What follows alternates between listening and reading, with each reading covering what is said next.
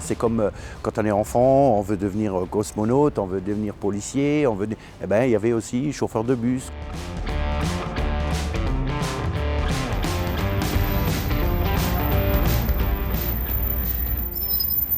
Bonjour, je m'appelle Jean-Marc, j'ai 63 ans. Ça fait 4 ans que je travaille ici à la Casque et ça fait depuis 10 ans que je suis conducteur de bus.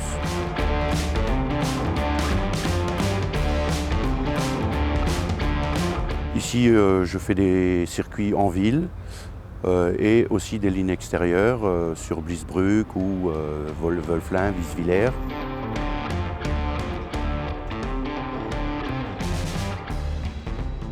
Merci. C'est pour moi les fleurs.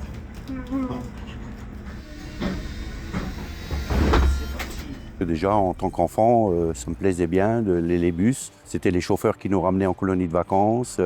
Et donc, c'était un métier qui me plaisait bien et que j'avais bien envie de faire. C'est comme la mine. Hein. La mine, c'était vraiment à l'époque une envie de descendre au fond de la mine pour voir un peu.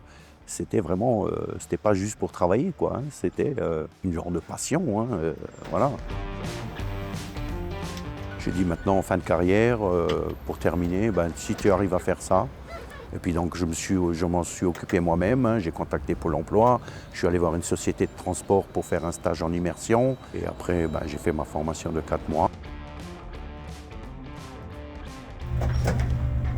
Okay. Est-ce que vous arrêtez le prix des hirondelles? Oui, tout de suite, on y va. D'accord.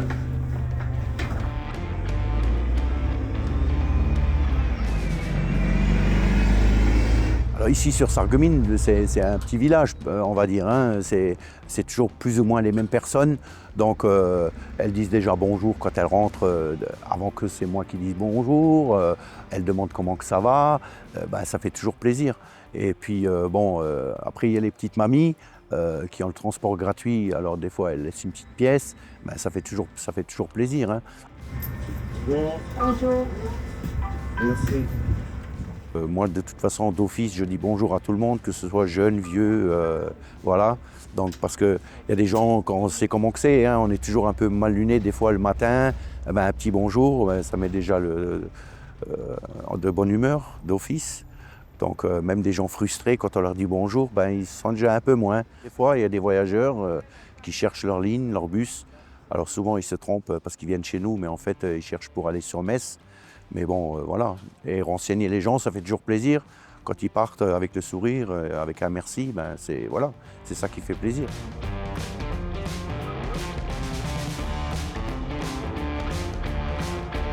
Pendant la conduite, on fait attention de ne pas faire de freinage brusque, de ne pas de faire de démarrage brusque.